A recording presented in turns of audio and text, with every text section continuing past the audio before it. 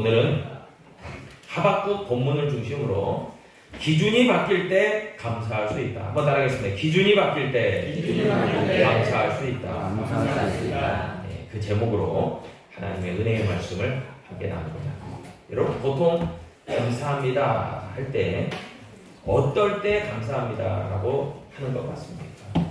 네, 박정훈 안수집사님, 어떨 때 감사합니다가 나오시나요? 보통 도움을 받았을 때, 그러죠. 도움을 받았을 때. 예, 저도 그런 것 같습니다. 근데 저는 마트를 가든지 어떤 물건을 구입할 때 제 돈 주고 내 돈 내산인데도 감사합니다가 나오더라고요. 네, 직업병입니다. 네, 목사라서 직업적으로 감사가 있죠. 그런다고 제가 늘 감사하는 사람은 아닌 것 같아요. 근데 물건을 사고 돈을 이렇게 내고 물건을 받을 때 감사합니다. 물론 이제 우리 박정훈 안수집사님 말씀처럼 도움을 받을 때 일반적으로 감사가 나오죠. 감사합니다. 감사합니다. 이렇게 나오죠. 여러분, 이걸 조금 더 구체적으로 이야기를 하면 사람들은 소유, 성취, 충족의 개념으로 감사가 나오는 것으로 일반적으로 반응을 합니다. 그래서 자기 생각과 기준으로 볼 때에 어떤 원하는 것이 얻어지고 이루어지고 성취되고 목표치가 달성되면 감사하다라는 반응이 나온다는 거죠. 그런데 이러한 일반적 감사의 기준에 치명적인 오류가 있습니다. 그것은 무엇이냐면 소유, 성취, 충족의 범위가 정해져 있지 않다는 거예요. 이게 무엇을 뜻합니까? 이만큼 가지면 좋겠다라고 생각했다는 거예요. 원래는. 그래서 내가 무엇인가를 가지면 또 이루면 또 이것이 되어지면 감사하다라는 것을 원래는 생각했다는 거예요. 그리고 감사가 처음에는 나올 수도 있어요. 그런데 가만히 보니까 내가 뭔가를 이루고 가지고 감사하다 했는데 다른 사람을 딱 쳐다보니까 다른 사람께 더 커요. 그러면은 금세 내가 갖고 있는 게 초라해지고 별 볼 일 없고 그래서 감사가 싹 사라져 버려요. 상대적으로 내가 그냥 주눅 들어 버리는 거죠. 예를 들어서 내가 열심히 저축도 하고 힘껏 애를 써서 집을 한 채 마련했다는 거예요. 크진 않아요. 약간 20평 아파트를 내가 장만을 했어요. 이게 내 자가예요. 월세도 아니고 전세도 아니에요. 너무나 기쁜 나머지 회사에 가서 정말 만나는 사람마다 나 집 샀어. 근데 다는 내게 아니야. 절반은 은행 거야. 그러지만 내 소유에 내 명의에 아파트가 생겼어. 너무 기뻐. 근데 같은 회사에 입사 동기인데 40평대 고급 빌라를 샀다는 거예요. 여러분 초라하십니까? 여러분, 그래서 진짜 이 소유와 성취와 충족의 개념은 범위가 어떻게 정할 수가 없는 거예요. 다 각자 달라요. 그래서 그것을 감사로 한다면은 이게 온전히 맞질 않아요. 기준이 충족되질 않아요.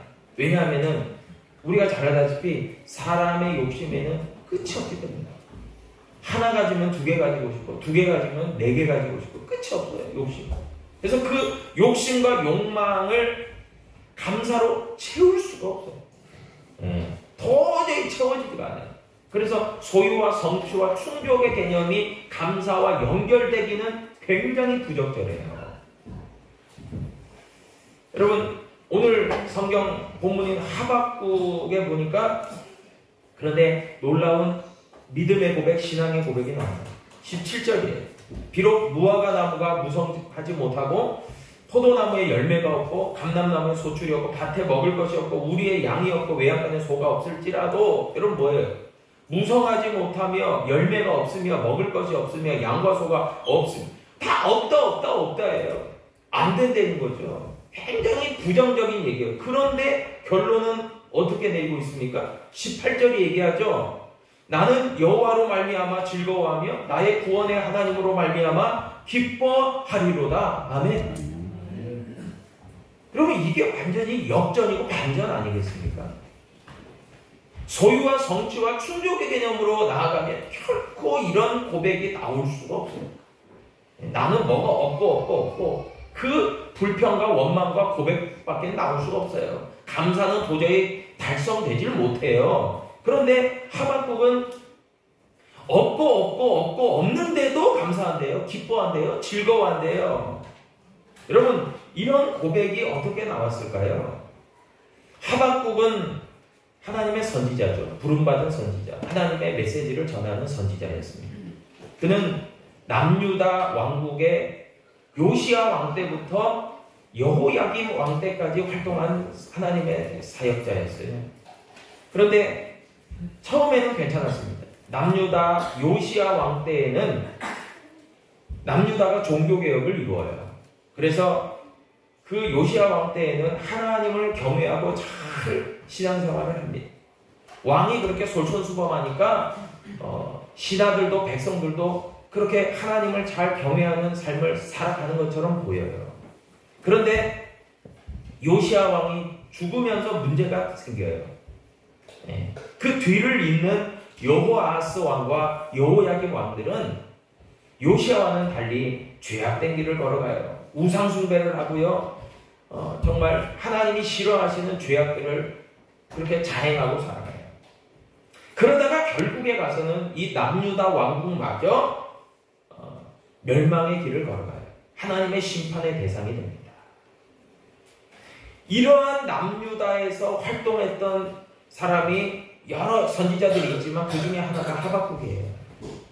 그러니까 이 하박국은 하나님의 말씀을 전해야 돼요. 남유다 백성들에게. 그런데 당시에 국제 정세를 보면은 북쪽의 이스라엘은 이미 BC 722년에 아수르에 의해서 멸망을 당했고요. 마지막 남은 이제 하나님의 백성이라고 할 수 있는 남유다가 당시에 신흥 강대국으로 급부상하고 있는 바벨론에 의해서 이제 위협을 당하는 그런 시기였습니다. 그리고 하나님께서는 바벨론을 들어서 남유다를 멸망시키시는 심판시키시는 그런 도구로 사용하겠다라고 이미 선포하셨어요. 그러니까 하박국은 알고 있는 거예요. 우리 조국이 바벨론에 의해서 멸망당한다. 이미 그거 알고 있으니까 얼마나 마음이 참담하고 비통하겠습니까? 여러분 다 백성들이라면 자기가 속한 나라가 평화롭고 부강하고 태평성대를 누리는 것이 우리의 다 소원이잖아요. 얼마나 우리가 잘 그렇게 우리나라가 잘 되는 것 얼마나 백성들로서의 바람입니다. 여러분 그런 점에서 보면은 하박국은 자신의 조국인 남유다가 풍전등화의 위기 속에 놓여 있으니까 곧 임박한 멸망을 하나님으로부터 그 소식을 전해 듣고 그것을 전해야 돼요. 얼마나 괴롭겠어요. 늘 하박국의 마음은 우울하겠죠. 절망스럽겠죠. 그런 건 아니겠습니까? 여러분 그런데 오늘 본문에 보니까 하박국은 즐거움과 기쁨을 노래해요. 감사를 표현해요. 여러분 그렇기 때문에 이 기쁨과 감사가 이루어지는 조건을 우리가 잘 살펴봐야 되죠. 하박국이 처한 상황이 아니에요. 그거로는 도저히 감사가 기쁨이 즐거움이 그거 연결될 수가 없어요. 그래서 오늘 본문 말씀 18절도 보니까 하박국이 이야기하잖아요. 나는 여호와로 말미암아 한번 따라하겠습니다. 나는 여호와로 말미암아 그래요. 이게 굉장한 단서예요. 여러분 하박국이요 그 감사와 즐거움의 그 조건을 기준을 자기와 자기가 처한 상황으로 보지 않고 하나님으로부터 받아요. 그게 진짜 감사의 조건이 돼요. 그래서 어떤 사람은 이런 사람들이 있어요. 하나님, 이 문제만 해결되면. 이게 상황이잖아요. 그런데 하나님은 성경을 자세히 보시면 알겠지만 하나님은 조건과 상황을 변화시키시는 것보다 하나님이 초점을 맞추시는 분이 있어요. 초점을 맞추는 게 있어요. 그게 뭐냐면은 그 사람이에요. 진짜 하나님은 한 영혼을 천하보다 귀하게 여기시기 때문에 환경보다는 사람을 주목하세요. 사람을 사용하세요. 사람이 변화되기를 원하세요. 그래서 사람에게 초점이 있어요. 하나님.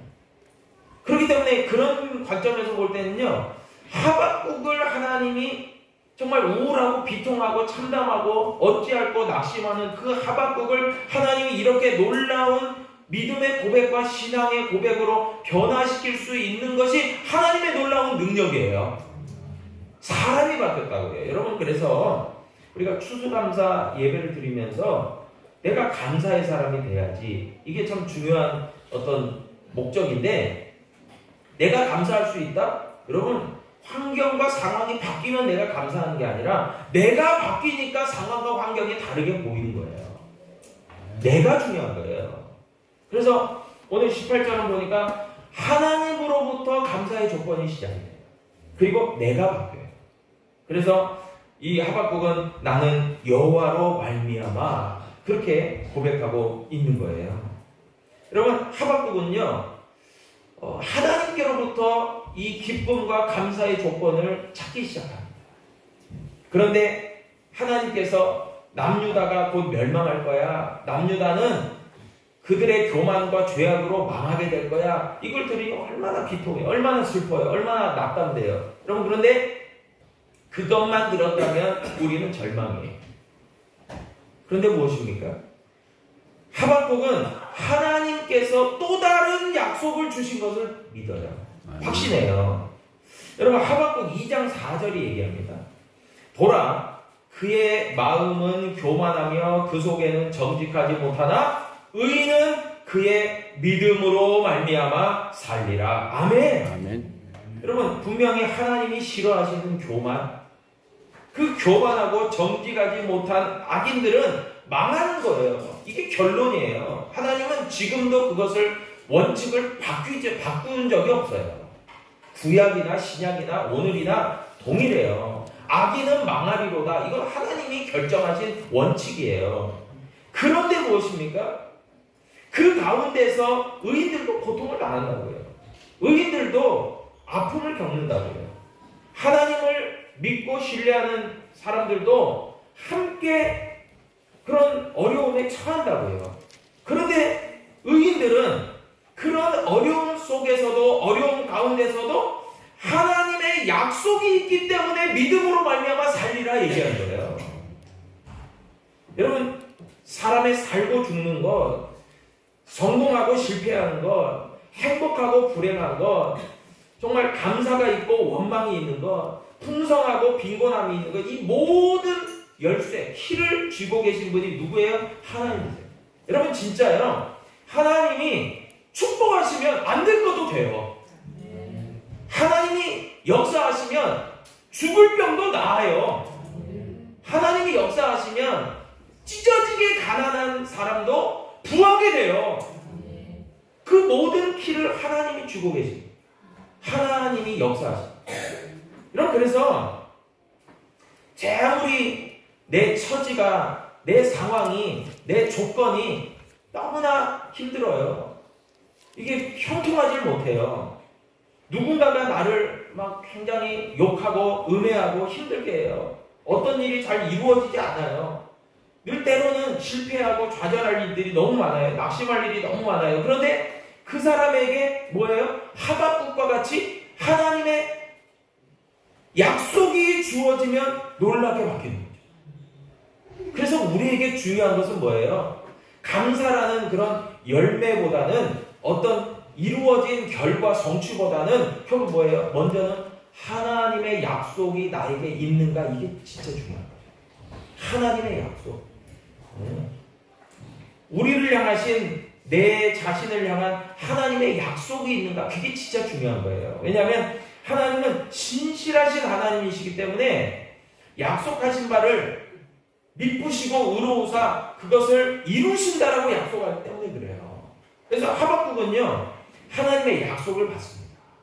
그래서 이 의인은 믿음으로 말미암아 살리라, 이 믿음이 있는 거예요. 하나님, 내가 하나님께 속한 의인인데 나는 왜 이렇게 절망스러운 상황이 있을까요? 그러지만 하나님의 약속이 나에게 주어진 것을 믿습니다.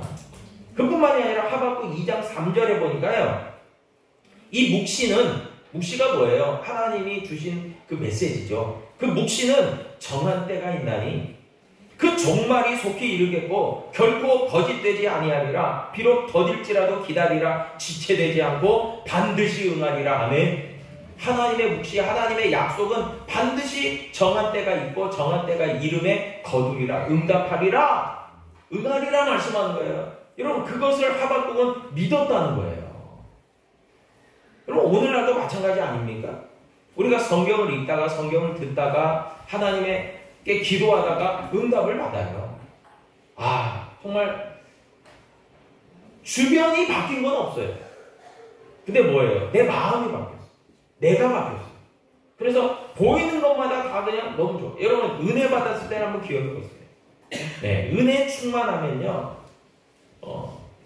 정말 이렇게 뭐 부흥회든지 수련회든지 또 기도의 시간 그럴 때 은혜 받잖아요. 여러분, 뭐가 바뀌던가요?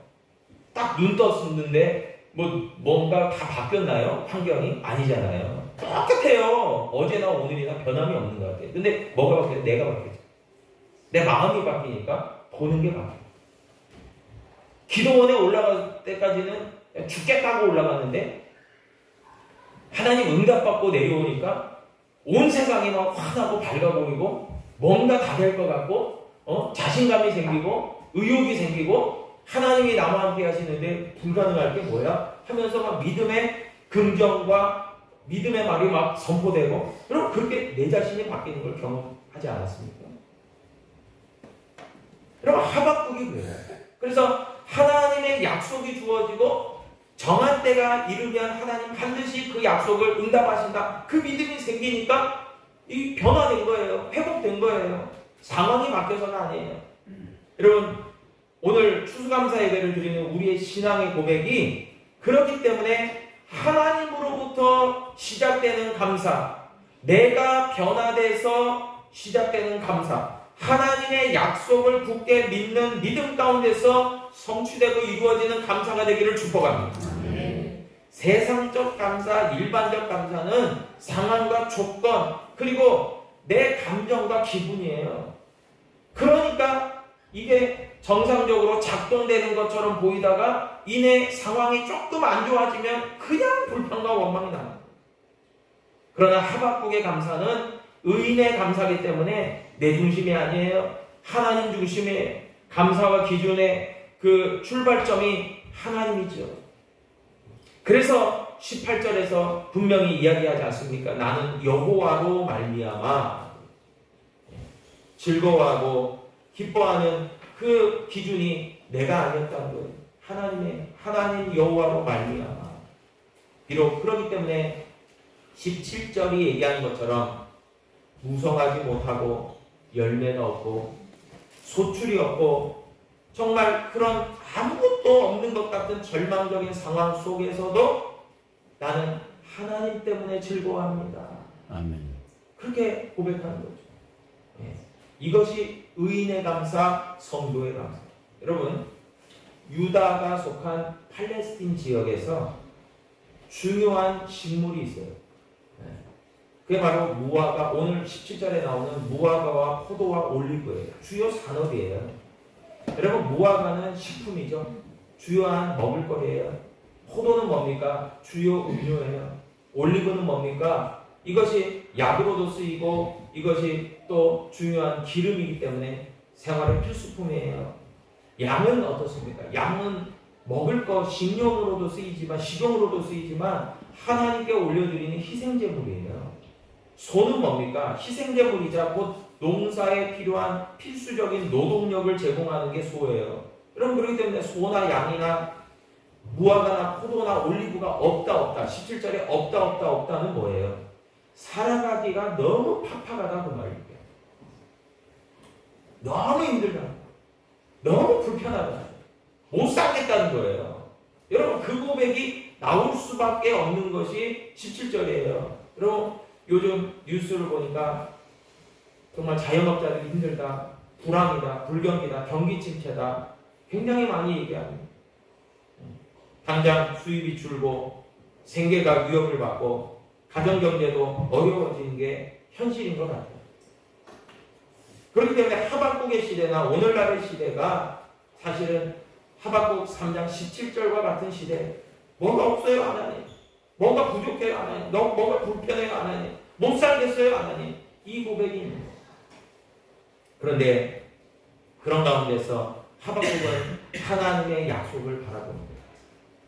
하나님의 약속이 있음을 굳게 믿고, 때로는 내 상황과 조건이 마음에 들지 않고 상황의 급격한 변화가 일어나지 않음에도 불구하고 나의 부족과 낙심과 절망과 불평을 하나님의 놀라우신 능력과 힘과 풍성함과 충만함으로 역전시키고 반전시키고 채울 수 있다라고 믿는 거예요. 아멘. 여러분, 오늘 살아가는 우리들에게 그렇기 때문에 감사의 조건이 뭐가 되어야 되겠습니까? 하나님, 내가 부족했던 부분을 채워주세요가 아니라 하나님이 나의 삶 가운데 임재하시고 동행하여 주옵소서. 이 기도가 이루어져야 되는 거죠.